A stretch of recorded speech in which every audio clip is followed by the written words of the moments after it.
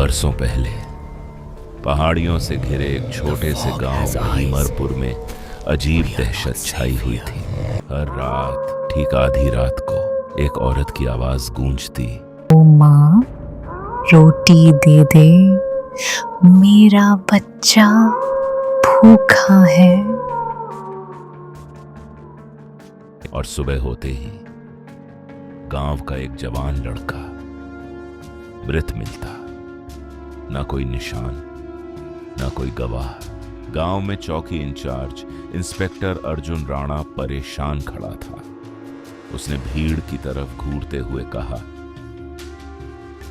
ये 8वीं मौत है, 8। और तुम सब कहते हो कि किसी ने कुछ नहीं देखा। क्या तुम लोग सच में अंधे हो या डर के मारे सच छुपा रहे हो? भीड़ में सन्नाटा छा गया। एक बूढ़ा आदमी कांपते हुए बोला, साहब, जो है वो इंसान नहीं है। भूत प्रेत की कहानी सुनाकर तुम लोग अपनी कायरता छुपा रहे हो।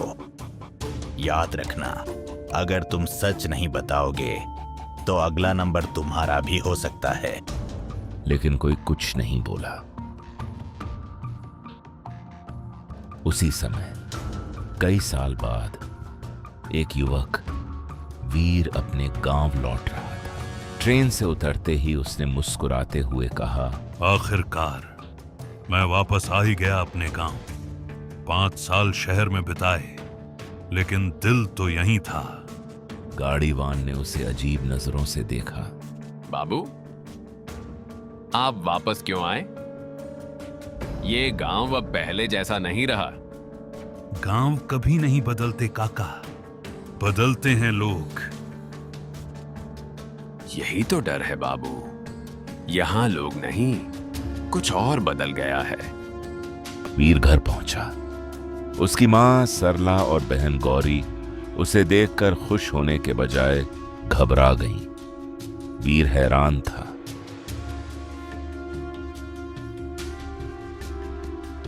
मां, ये कैसा स्वागत है? मैं इतने साल बाद आया हूं और आप मुझे देखकर खुश भी नहीं हो। सरला ने घबराकर उसका हाथ पकड़ा। वीर, तू वापस चला जा अभी, इसी वक्त। कि क्या मैं अपने ही घर में नहीं रह सकता? भैया, प्लीज माँ की बात मान लो। यहाँ कुछ ठीक नहीं है। कोई मुझे साफ साफ बताएगा कि बात क्या है? सरला ने सख्ती से कहा,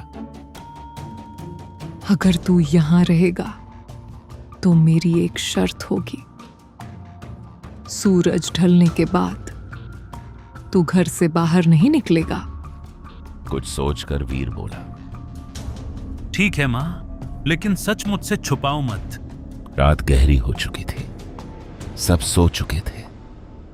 तभी धीरे धीरे वही आवाज गूंजी, ओ माँ, रोटी दे दे, मेरा रोटी दे दे। वीर की आंखें खुल गईं। वह उठा और दरवाजे की तरफ बढ़ा।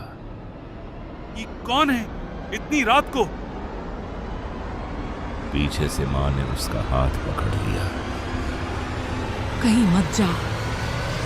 माँ, कोई भूखा है, उसे खाना दे देते हैं। सरला डरते हुए चिल्लाई, वहां कोई नहीं है। लेकिन आवाज फिर आई, ओ माँ, रोटी दे दे, मेरा वीर ने मां का हाथ छुड़ाया। मैं देखे बिना नहीं मानूंगा।